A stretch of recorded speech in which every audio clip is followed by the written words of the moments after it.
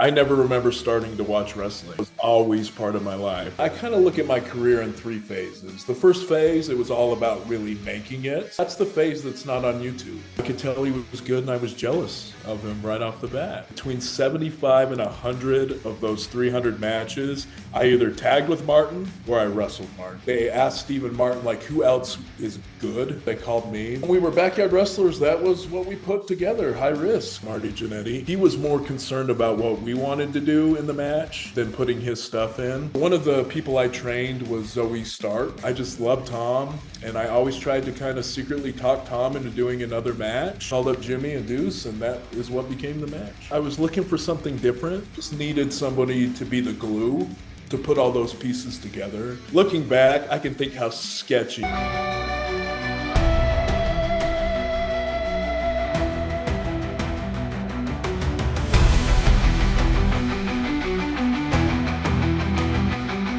Ladies and gentlemen, hosted by Coach C, Chris Sanders, this is Best for Business.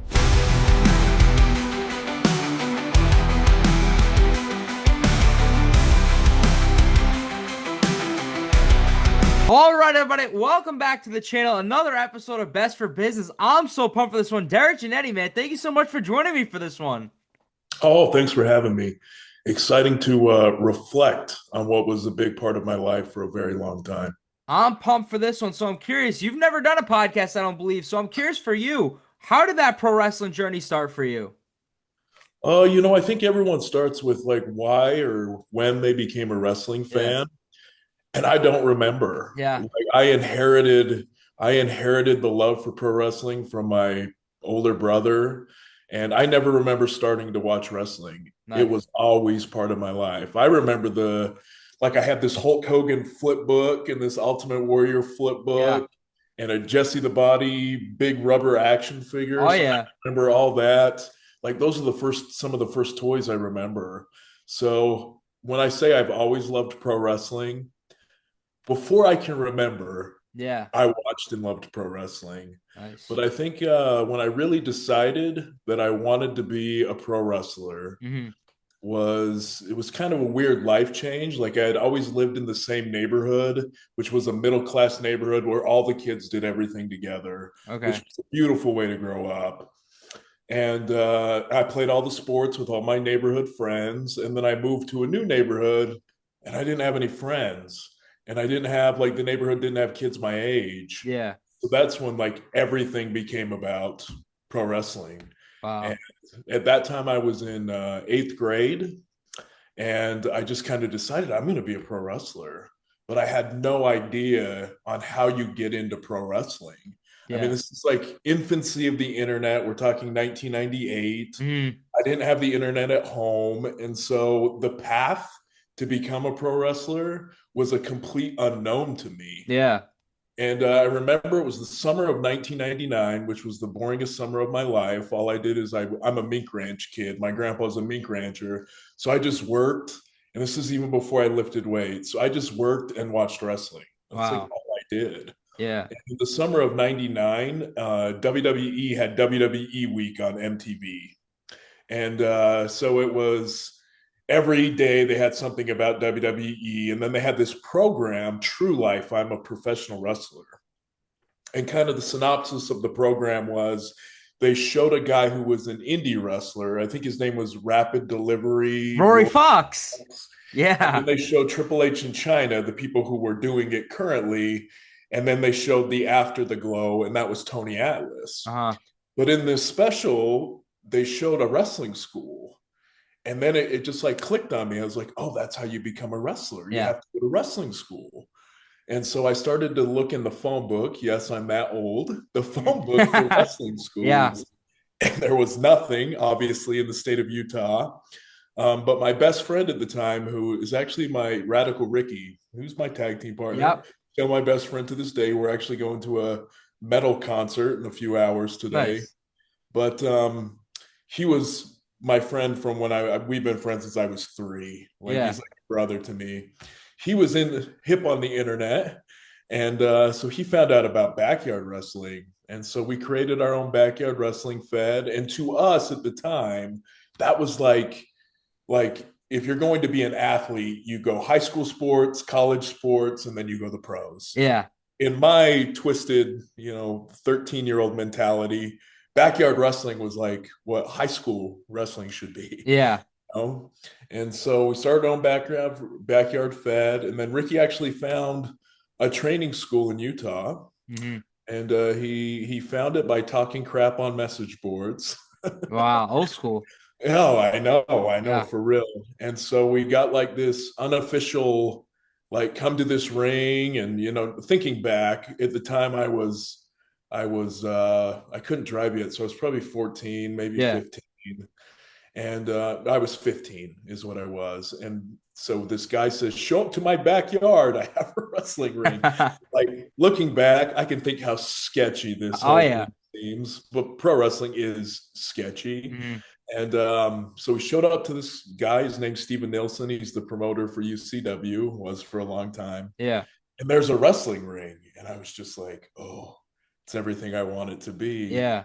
And what Steve didn't know is that we had watched some of these specials on pro wrestling. So I had been like, in preparation for this big tryout, I had been like taking back bumps on the grass. Yeah. Like doing all these things. And so all of my wrestling training at the beginning was very like secondhand, kind of unofficial. Yeah. But I remember them just saying, okay, this is how you back bump do it. And so that was a back bump, and I did it. And they're like, oh, that was good. Yeah. Like, do a flip bump. They're like, that was pretty good. Nice. They're like, okay, run the ropes. And that took a few tries, but I was like, oh, he can run the ropes. And at that time, I had been lifting weights for a year and a half. So I had like a decent, 15-year-old physique. Yeah. And they're like, oh, this kid's like a natural, which I wasn't. But yeah, in their eyes, I was. And then I just started training. I was 15. That was in March of 2003. And I had my first battle royal in 3 weeks after that, or something of that nature. It was bizarre. There was a lot of real wrestlers there who weren't real wrestlers. And then there was also Jimmy Snuka was on the card. I remember Jimmy was there, and Mike Knox. There was some legitimate pros. And then I had my first official match against my best friend, Ricky, in Pleasant Grove. It would have been May of 2003.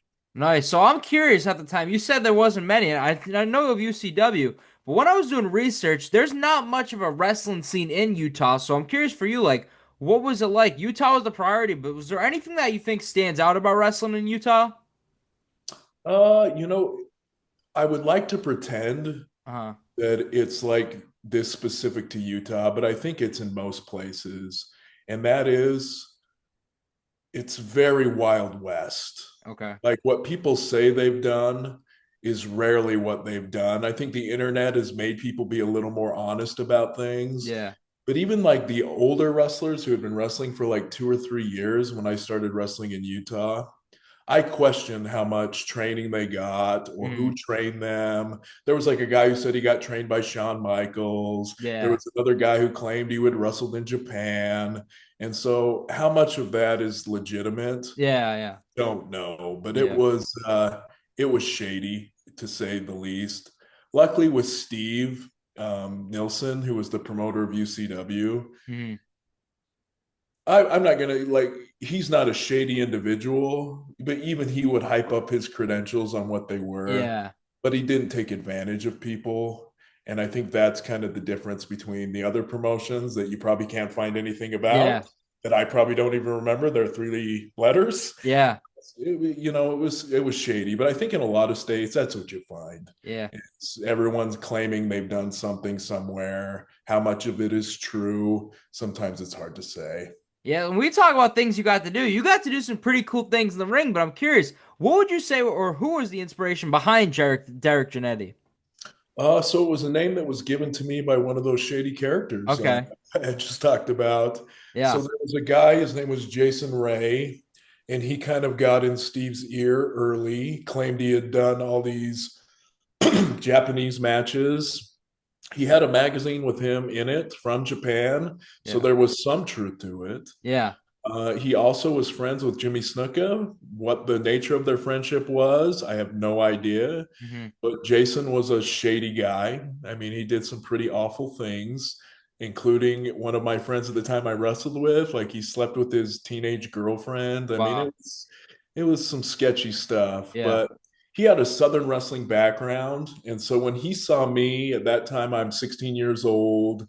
I have a 16-year-old muscular physique, Yeah. not a man physique yet, but a muscular Developing. physique.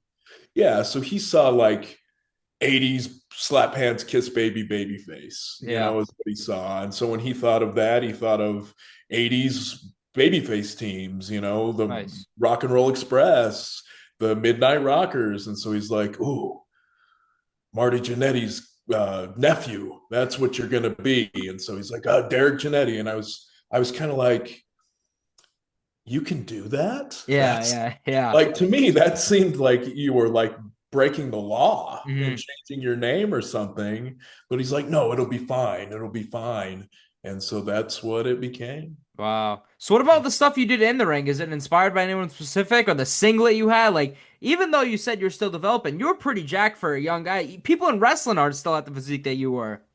So the funny thing about the singlet, I don't think I would have admitted this 10 years ago, but so it came through this mentality is a lot of the influence in Utah was from two places. Okay. A lot of our training was secondhand training from the UPW wrestling camp in California, where you had a lot of like bodybuilder like guys. This is Yeah. where John Cena came Yeah. from, even Samoa Joe, not saying he's a bodybuilder type, but you looked at their roster, UPW's roster, when they were a farm league for WWE, they were like jacked, Hollywood looking bodybuilder people. Yeah. So a lot of our influence came from that on our training and whatnot. Yeah. Then a lot of it also came from Arizona, which was pretty much the same crew. So the mentality that is drilled into me when I'm learning how to wrestle and doing shows by that time is I got to get huge. Like I just got to get jacked. And so how do you get jacked? You lift heavy weights and you eat a lot of food. Yeah. I was probably eating too much food. And so I was gaining a lot of weight. That's the heaviest I ever got was in the early days. I got up to 212 pounds, which comparatively speaking now I'm like 185 Yeah. years later. But I was getting kind of fat. And so the singlet was to hide my love handles and my pudge is Wow. what it actually was. Yeah. So I could get bigger without, having a protruding gut. And then it just became like comfort. It's a comfort thing. Yeah. I wear the singlet. So that's where that came from. Nice. Yeah. I'm curious. You mentioned that first match. What was that first match against your best friend you've known since you were 3 years old? How was it? It's so funny because all it was the same matches we were doing when we were backyard wrestlers. Nice. Like we could pretend like we had developed a lot, Yeah. but we knew how to hit the moves, And so it was all, it's kind of funny at the time too. I remember there was some older wrestlers backstage. I don't remember if any names were there, but at the time there was like a negative stigma on planning your whole match out. Okay. How are you taught? Were you taught calling on the fly or planning it out? So I was taught that the ideal way that the pros do it is they call it on the fly. Okay. Yeah. Especially in that time, the early 2000s, there was a premium on the ability to call it on the fly in the ring, call it in the ring. But more and more guys were lying about that and planning move for move. Okay. Yeah. It was the transition. But I remember we had planned and rehearsed our entire match multiple times.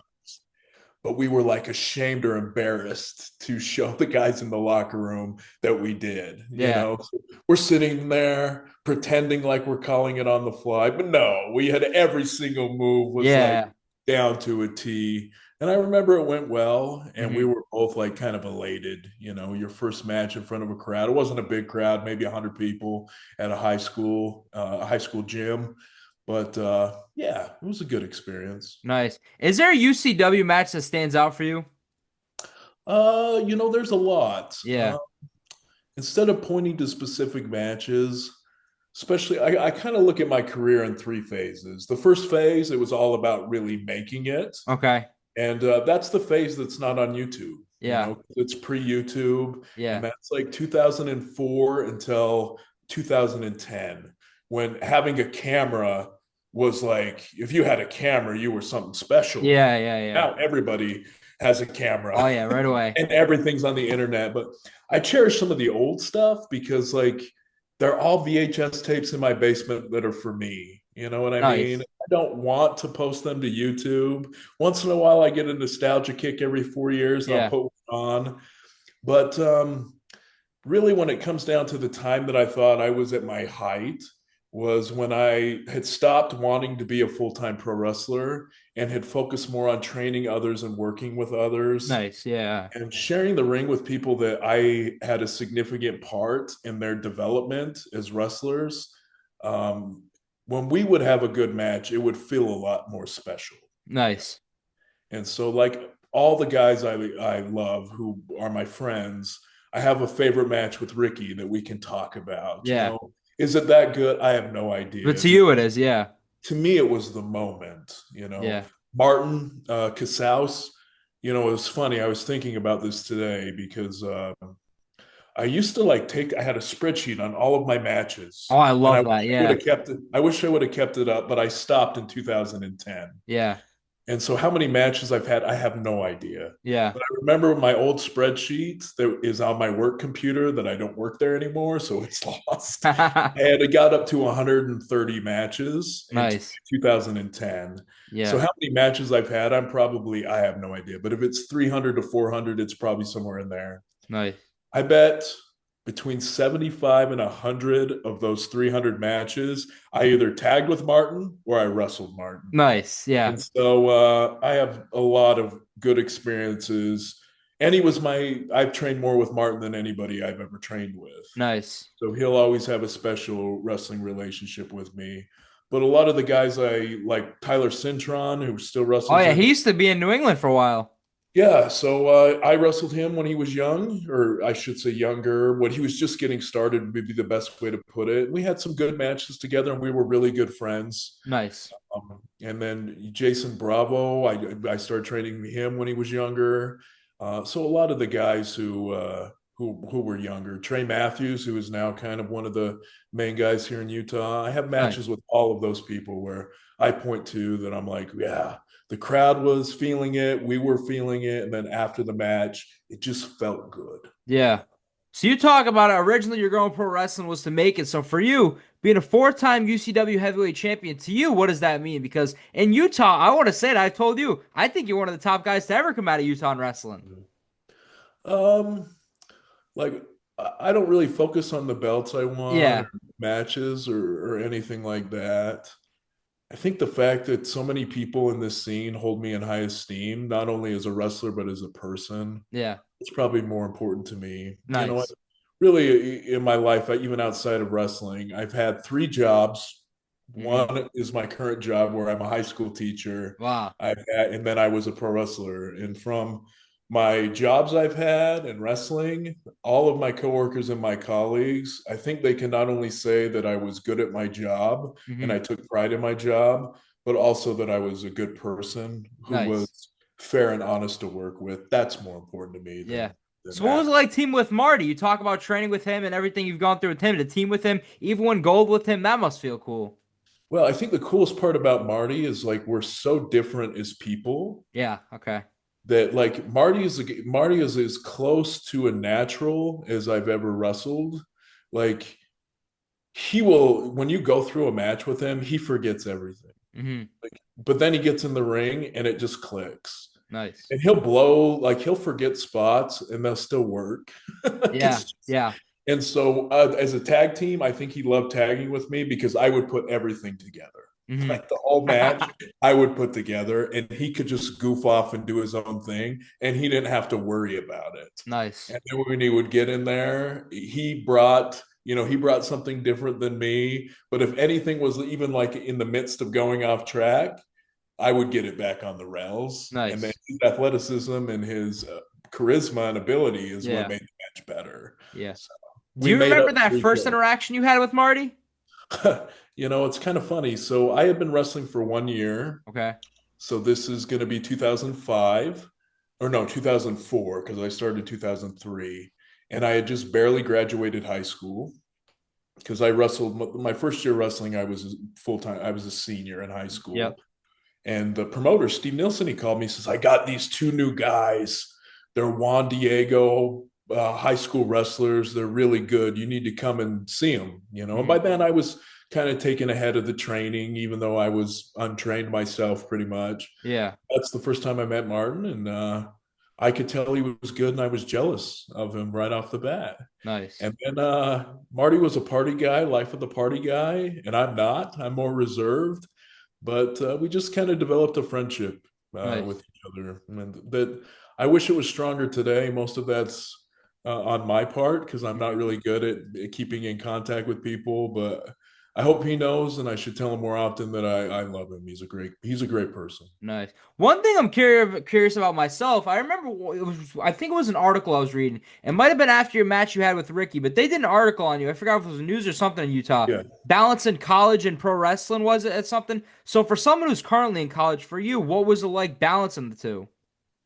It's finding a balance that works for you. Okay. Like even in job, they talk work-life balance. Yeah. To me, it's like I think sometimes we pretend like that's the same for everybody. It's what you can make work. Yeah. But really, for me, the first thing I had to balance that I didn't balance at all was I started my job I was working. They were just picking up, we got bought by Intel. We were a semiconductor manufacturing facility, and we had got bought by Intel. So we had this massive expansion phase where you could work as many hours as you wanted, pretty much. Yeah. And so to me, I was living with my mom and dad. And so I was like, well, I'm just going to work tons of hours. Yeah. I would work 60-hour weeks, sometimes 72-hour weeks, and then I would wrestle on the weekends. And this is like, we're talking 2005 to 2008, the end of 2008. So I wrestled usually 3 to 4 weekends a month, 1 or 2 in Utah, 1 in Colorado, and then 1 somewhere else, you know, Arizona, surrounding states. And so that whole time to me is just a blur. Like I do not, like when I think of something, I was like, I remember it, but if I have to like piece things together, it makes no sense to me whatsoever. Yeah. So then I could tell my work-life balance was off. But once I started going to school, I think I got better at prioritizing things because it wasn't work-life balance for me then. It was, I was a full-time student, I worked full-time, and then I wrestled. But by then, because I accepted wrestling as my hobby, I'm still really big on my commitments, but I could say I'm training 2 days a week and I'm not going to wrestle out of state unless I have days off. Nice. So it became easier that way. Yeah. And because it was a hobby, like I just was always like, I enjoy this. That's why I'm doing it. Oh, yeah. And I mean, it's what I did, you know, and took pride in. Yeah. So there's a few things in your career I'm curious about. I wanted to ask you. The first thing, what was it like, or how did the opportunity come to be to wrestle the Young Bucks? Ooh, you know, it's funny. The first time I wrestled the Young Bucks was 2005. Wow, yeah, before this everything. Is way before they were anything. Yeah. They had sent these little DVDs to Steve because they had their own promotion. I think it was called High Desert Pro Wrestling or something like that. Yeah, it sounds right, yeah. But they brought all their friends to Utah. And so I wrestled them in like a 8-man tag, I think. But really, I wrestled their buddies. I think one's name was Sexy Sonny Sampson. Yeah, okay. The black kid, and the other kid's name was Diablo. He had like long hair. But they were just like us. They were just like kids, you know, who were trying to make it. I remember watching them and thinking they were really good, you know.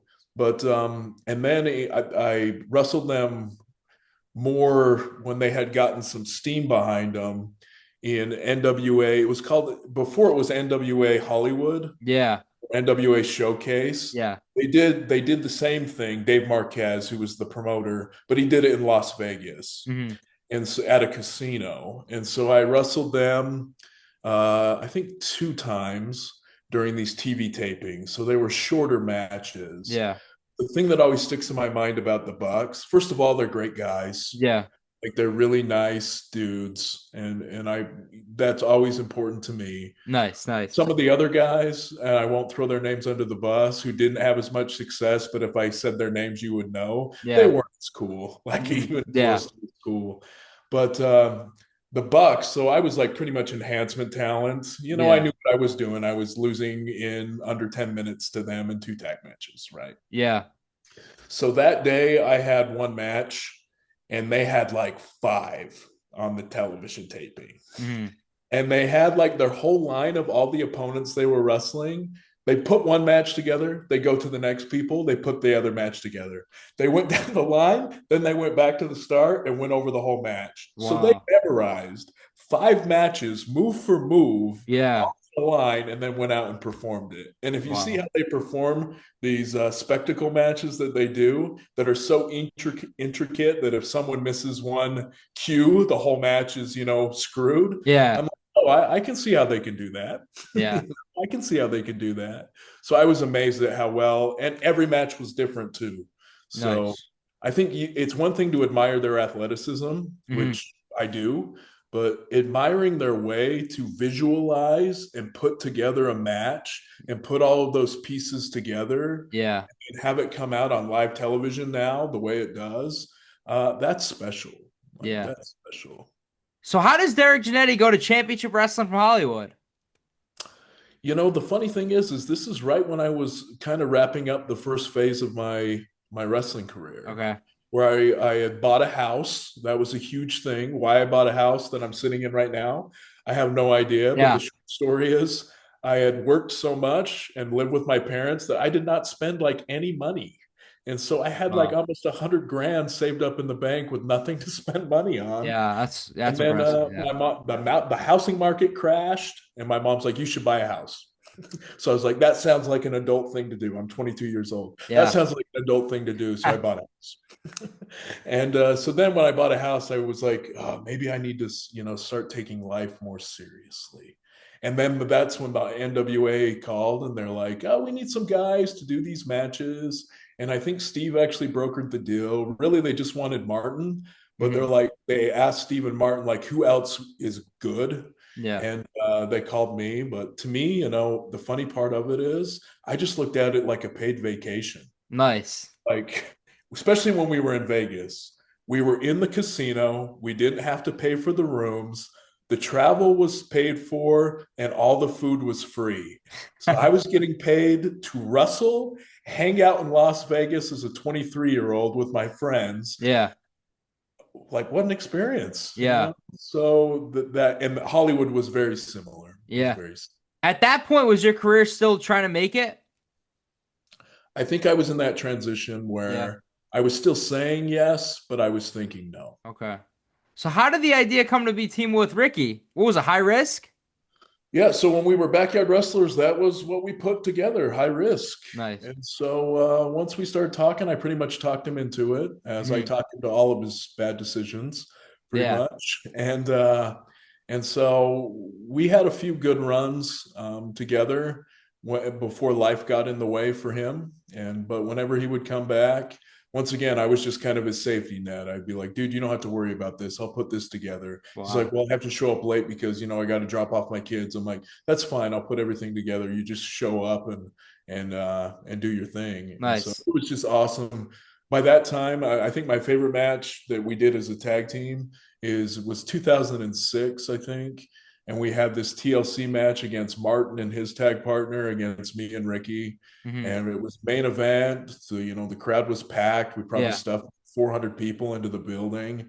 And it was just awesome. And experiencing that with your friends, Yeah. and then we tagged with Marty Jannetty a few times. Nice. And that was cool. And so experiencing that with my friend is awesome. So what was it like? Derrick Jannetty and Marty Jannetty teams up. What was that like? Nothing but love for Marty Jannetty. Nice. Like, you'll probably hear a lot of things about Marty on his darkest days, Yeah. but this is what I'll remember about Marty Jannetty is he was more concerned about what we wanted to do in the match than putting his stuff in. And then Nice. also I was just so kind of surprised when the match was over. He was asking everybody else how it was and seeking Nice. Yeah. validation. And I just thought, for a guy who's done more matches than he can remember, for more wrestling promoters than he could ever list, Yeah. the fact that he still cared about putting on a good performance. And the other sad thing is, this is like, he showed me his ankles, and his ankles were worn down, where his ankle bone was pretty much on the ground when he walked Wow. before he taped it. Yeah. And the fact that he was still doing his best to put in a good performance, I love Marty Jannetty. Nice. He's just a cool guy. Yeah. Cool guy. Is there anything that stands out with your I Quit match against Ricky? That he was like, my best friend. And also, this actually stands out is, so when we were kind of like the first two kids in our minds that knew anything about ECW, and it was like this underground, you have to like turn the antenna right to make sure the channel came in here in Utah. We got to watch ECW. And so we would tell our friends about like Sabu and Rob Van Dam and all these guys. And then we loved like some of the hardcore spots. And so being able to be with your friend and be like, you know what we should do? Yeah. and because we're like both these like crazy dudes, we're like, yeah, let's do that. But also being able to put it together in a way that I thought was logical based on what I knew about wrestling by that time was awesome. Nice. So, another funny story about me and Ricky. So we had a cage match. I think it's online, but I lost a lot of blood. Like it was way too much blood, way too much. Yeah. And so bleeding all over. Fans were calling the ambulance. Like it was. How old are you at the time, you think? Oh, geez. It was probably 21. Wow. All right. Yeah. Really young. And I'm in a lime green singlet, if it's online somewhere. Anyways, I'm bleeding all over the place, crazy spots, whatever.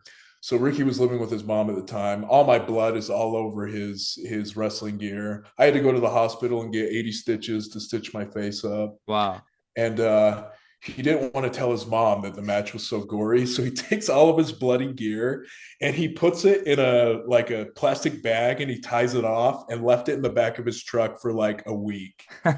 Finally, he decides to throw it in the laundry room. His mom opens it up and she just sees like this blood-coated stuff. Yeah. And she says it smelled so bad, she almost passed out. Wow. It smelled like iron and chlorine. Yeah. So that's what my blood smells like, iron and chlorine. What a combination. Oh, I know, for real. So, and his mom, all she could think is, my son murdered somebody. My son murdered somebody. Yeah. All I had was all these bloody clothes.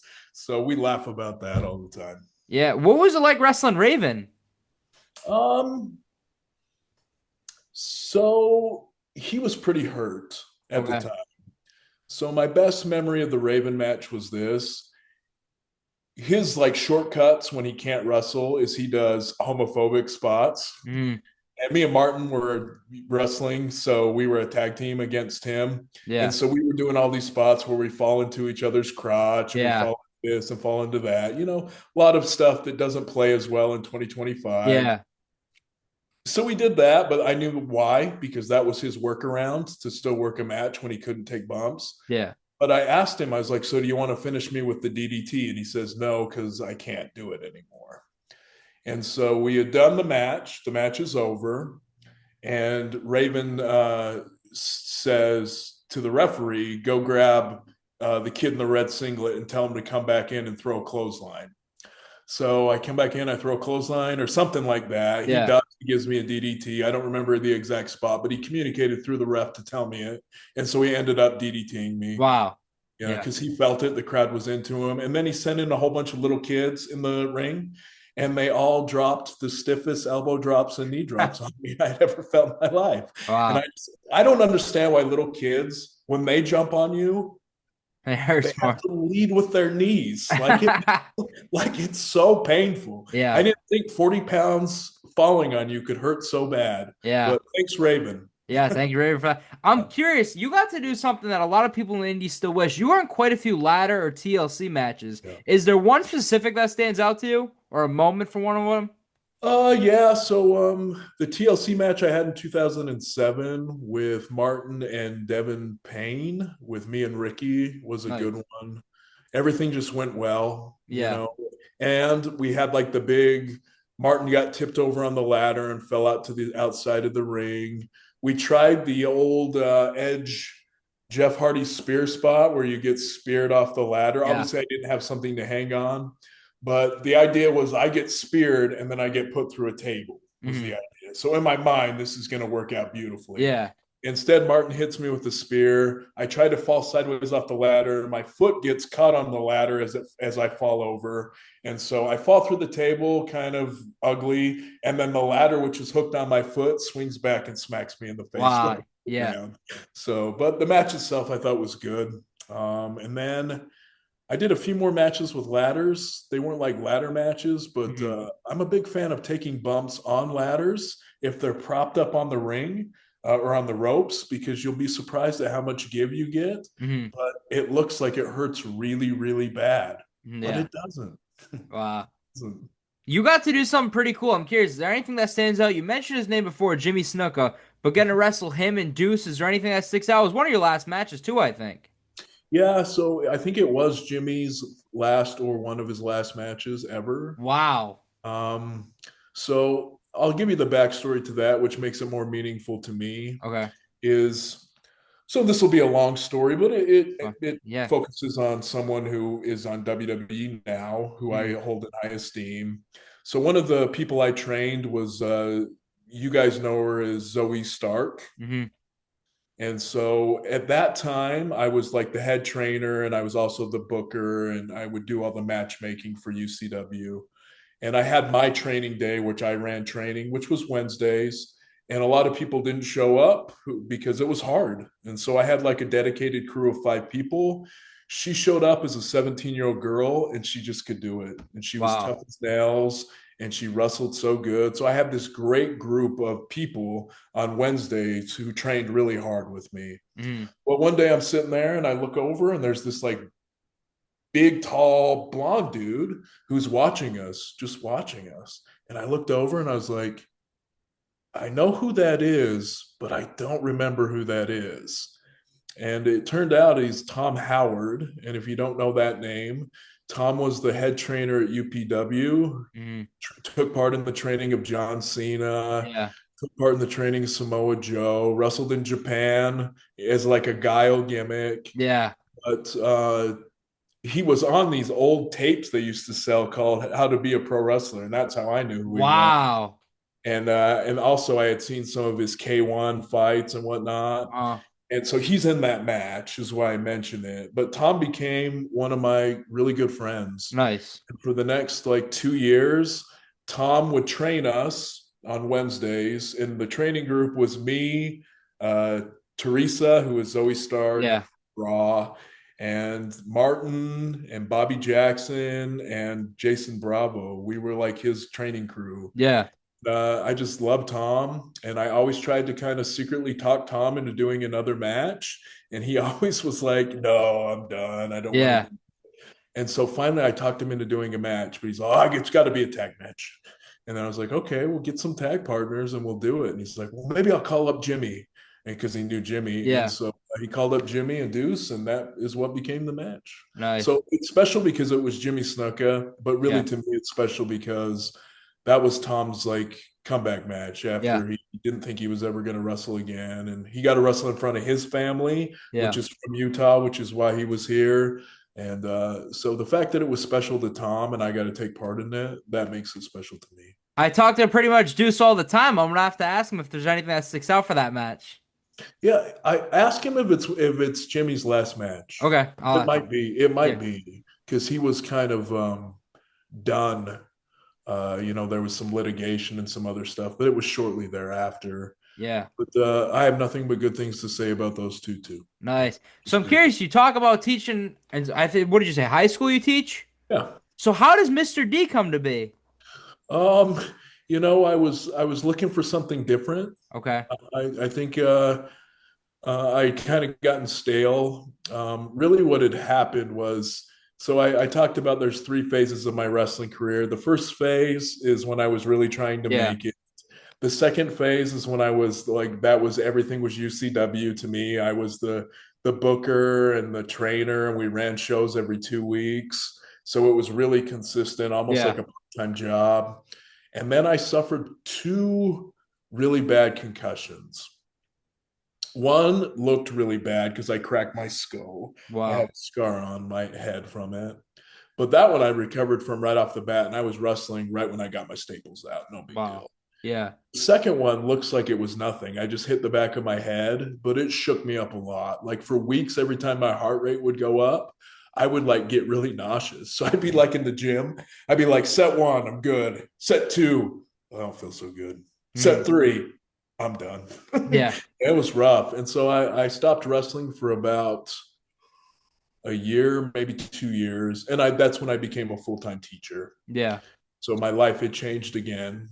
Hmm. And then when I came back, I was just training. And then I came back and I was like, yeah, this is kind of feels old. Yeah. So that's when I decided to maybe I'll just be like a teacher heel wrestler. And that was the idea. And it was just fun. It was something Nice. different. Nice. Yeah. I'm curious, was there like a moment that made that transition from when you wanted to make it to when you were just like mainly UCW? Um, I guess really what it was is I was trying to become an adult and I didn't know Okay. what that meant. I Yeah. think is probably the best way. Also, I kind of realized this during wrestling. So people will say wrestling's a work, which it is. Hmm.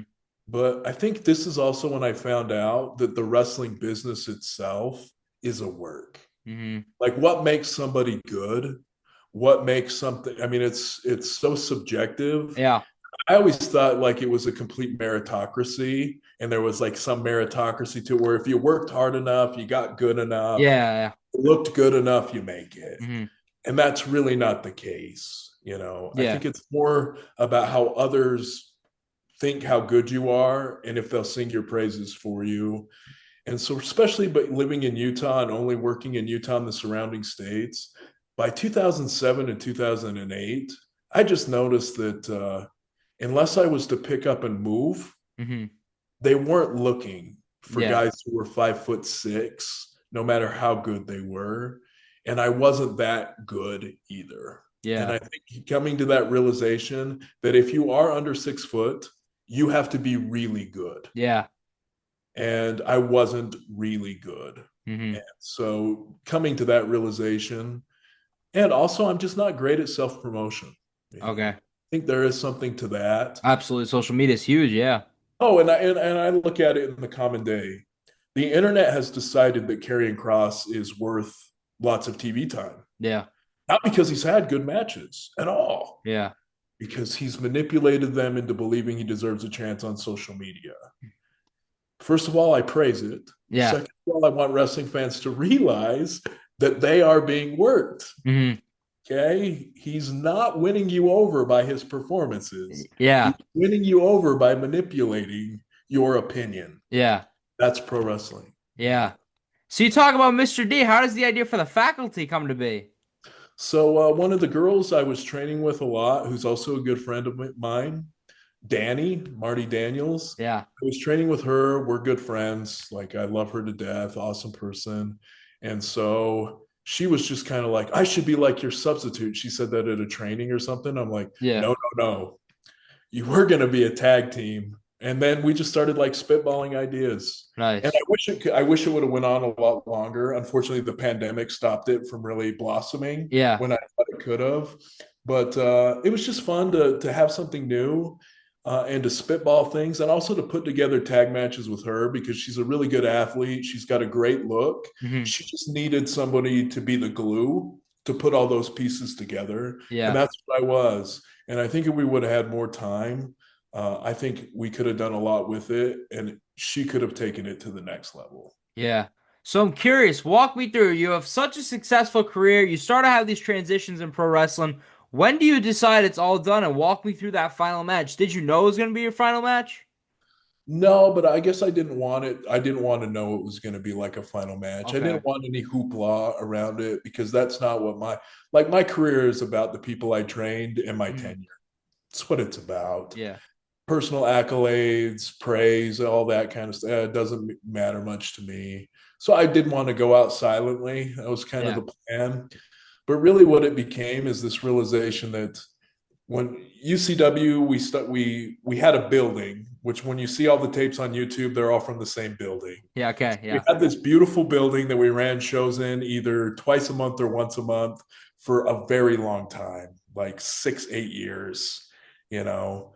And so the pandemic hit, the building got sold, and it was kind of like, that's it. Yeah. Then we came back a little bit after the pandemic. There was a few new promotions that started up. And I love those guys. Trey Matthews, Dive Wrestling, a lot of those guys, I still love them. But to me, it just wasn't, it never got the vibe back. Okay. It just never had the same feeling. And I noticed, you know, you have those personal moments where when you're like dreading having to drive an hour to a venue to wrestle, might not be worth it anymore. Yeah. And also I'm old, man. You know, I'm 40 now. Yeah. I did come to this realization that when I stop training at least once a month in the ring, it's too dangerous for me, Okay. both for me and for my opponent. And I would never want to hurt somebody because my body can't do what it used to. Yeah.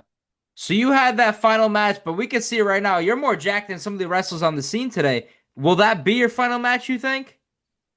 Yeah, I think so. Wrestling retirements don't really exist. They don't. They don't. But like for me, this is kind of how I look at it. It's kind of like when you stop something, the hardest part is getting back started. Yeah. And especially my age now, like really since I started wrestling when I was 15. So between 15 and it would have been like 38, I had between all of those years, I had 3 years that I didn't wrestle probably. Okay. Maybe less than that, maybe 2.5. But each time when I started, there was like a period to get back in it. And it was a little bit rough.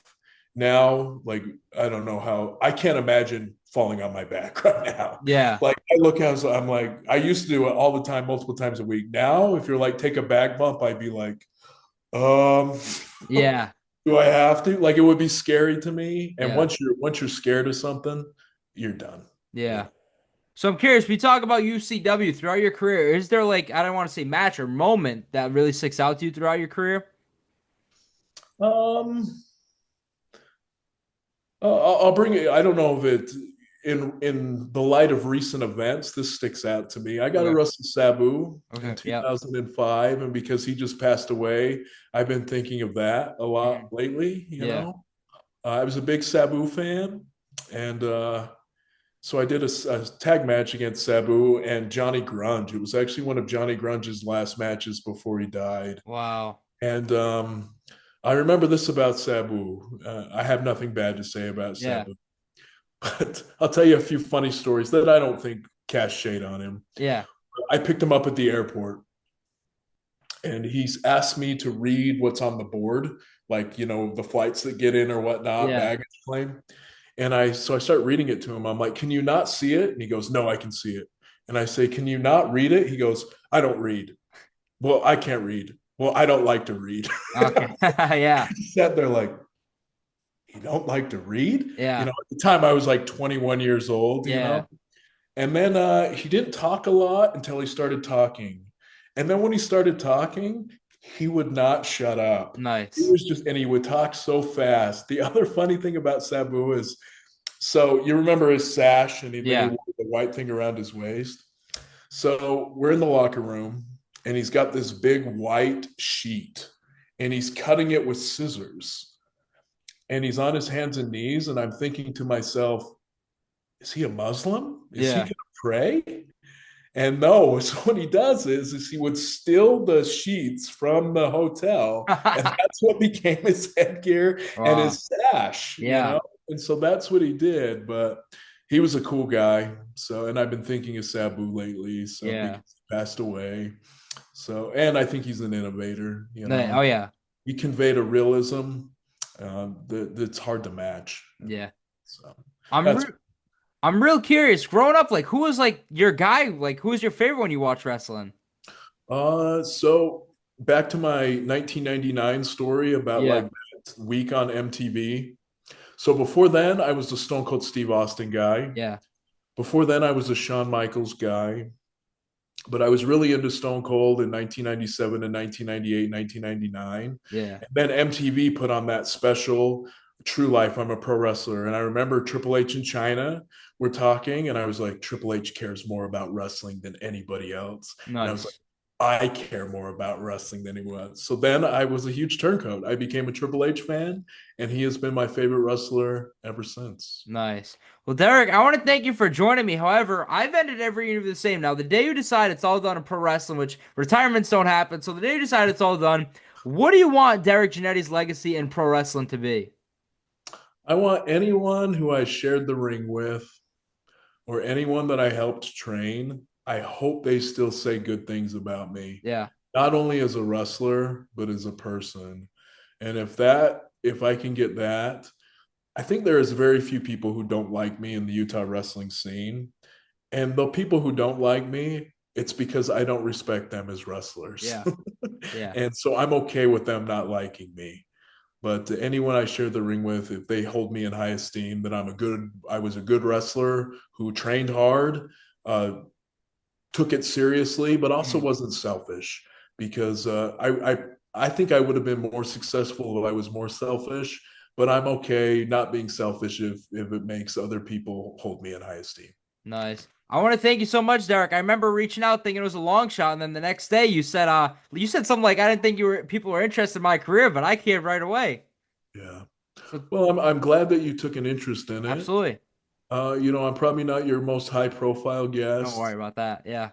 But wrestling was really important to me. Nice. And I kind of love the fact that most of what I did is not online, and it's not on YouTube, and it's not anywhere, because it wasn't for anybody except for me and the people I shared it with. Yeah. I'm not looking for validation. Yeah. It's important to me. Yeah. So thank you for your time. Absolutely. Thank you, Derrick, for doing this. And thank you, everybody, for watching this episode. This was Best for Business. Thank you for watching this episode of Best for Business. Don't forget to like, comment, and subscribe. Until next time, because this is Best for Business.